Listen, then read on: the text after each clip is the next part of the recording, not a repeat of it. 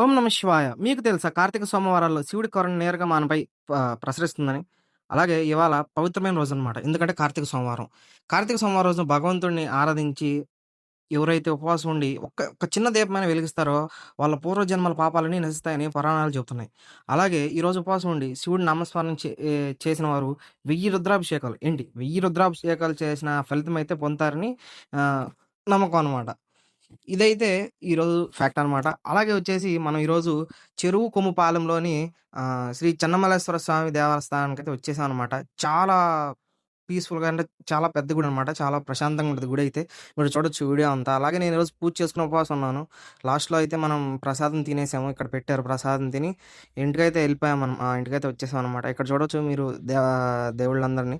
చాలా పెద్ద గుడి అనమాట. అయ్యప్ప స్వామి గుడి, సుబ్రహ్మణ్య స్వామి గుడి, నాగేంద్ర స్వామి గుడి అన్ని గుడులైతే ఒకే చోటైతే కలగలిపి అయితే ఉన్నాయన్నమాట. మీరు కూడా ఈ గుడికి రావాలంటే ఒంగోలు నుంచి జస్ట్ 6 కిలోమీటర్సే. మీరు కూడా వచ్చేయచ్చనమాట. చాలా బావుంటది. ఆహ్, మనమైతే ప్రసాదం తినేసాం. ఈ వీడియోకైతే ఇంతే. ఈ వీడియో మీకు నచ్చితే లైక్ చేయండి, షేర్ చేయండి. బాయ్.